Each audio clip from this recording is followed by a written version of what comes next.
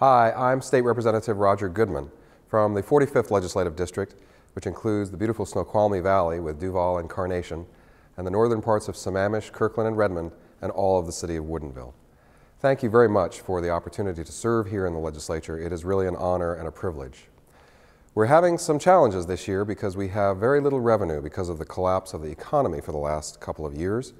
And we're coming down the home stretch now in the legislative session. Literally only 2 weeks left to go. Many bills have made their way through the House and the Senate, and what really is left now is for us to deal with the budget.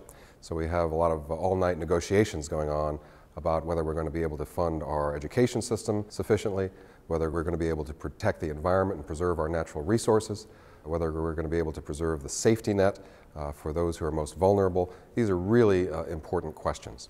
Now, as I said, we're coming down the home stretch. My bills that I introduced on a wide variety of topics have made it through the House and the Senate. At this point, I believe all but one of my bills will be enacted into law, the ones that made it through the process. On a variety of topics, like I said, from reducing drunk driving on our roads, protecting victims of domestic violence, assisting with adoptions and foster care, and many other topics.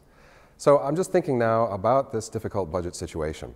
We are not able to raise any new revenue, and so we really have to cut, and we have to cut beyond where we really wanted to cut. Classroom sizes will be larger than we want them to be next year.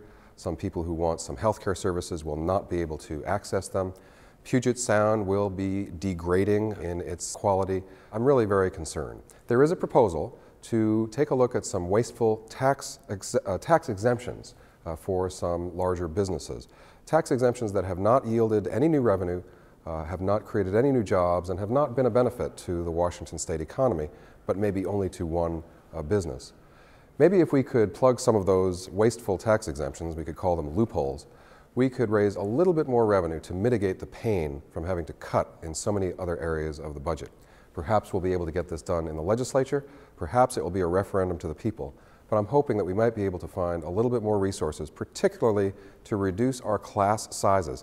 My second grader is now lucky enough to only have 22 kids in her class. Next year in third grade, because of the budget cuts that we are enacting right now, I'm afraid that my third grader next year will be in a class that's much too large for her educational potential.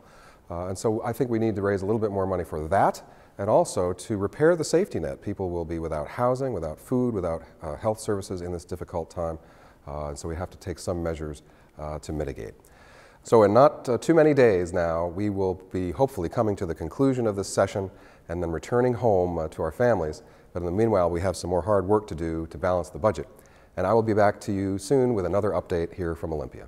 Thank you very much.